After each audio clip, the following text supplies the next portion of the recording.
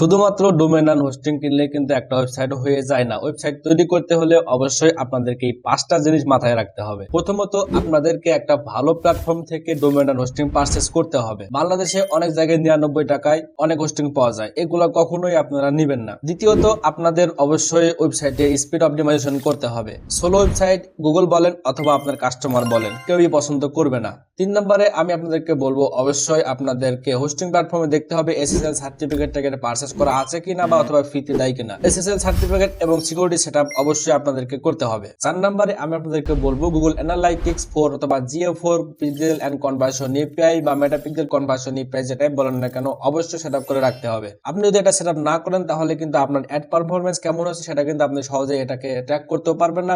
আপনার ভিজিটরকে কে আসতেছে বা কেমন আসতেছে, কোন প্রোডাক্টটা দেখতেছে, এটা কিন্তু আপনি চেকও করতে পারবেন না। এজন্য অবশ্যই আপনাদেরকে কনভার্সন এপিআই বা গুগল অ্যানালাইটিক্স 4 এগুলোকে সেটআপ করে রাখতে হবে। 5 নম্বরে বিষয়টা সবথেকে ইম্পর্টেন্ট, এই বিষয়টা কিন্তু কোনোভাবেই স্কিপ করা যাবে না। আপনাদেরকে অবশ্যই ওয়েবসাইটটা মোবাইল রেসপন্সিভ হতে হবে এবং ইউজার ফ্রেন্ডলি হতে হবে। একটা ইউজার যেন মোবাইল থেকে হোক অথবা পিসি থেকে হোক, অবশ্যই যেন সেটা রেসপন্সিভ হয়, তাহলে কিন্তু সে খুব ইজিলি আপনার ওয়েবসাইটটা যদি ইউজার ফ্রেন্ডলি হয়, খুব ইজিলি আপনার প্রোডাক্টটা দেখতেও পারবে, আবার পারচেসও করতে পারবে। এই 5 টাকা যদি আপনি আপনার ওয়েবসাইটের জন্য সঠিকভাবে করতে পারেন, তাহলে আপনার ওয়েবসাইটটা হবে প্রফেশনাল এবং ভবিষ্যতে এটাকে আপগ্রেড করাও সহজ হয়ে যাবে। তো এই ধরনের ওয়েবসাইট টিপস পেতে আমার পেজটা ফলো করে রাখুন, আর নতুন কিছু জানতে অবশ্যই কমেন্ট করতে পারেন যে আপনাদের এরপরে আর কি বিষয় জানার দরকার আছে।